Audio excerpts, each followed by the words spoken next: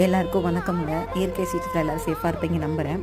கொஞ்சம் வேலை பழகமாக வீடியோ போட முடியலைங்க. இது என்னென்னு பார்த்தீங்கன்னா, நாட்டு மருந்து கடையில் குழந்தை பெற்றவங்களுக்கு குழம்பு வைக்கிறதுக்காக வாங்கிட்டு வந்த செலவு.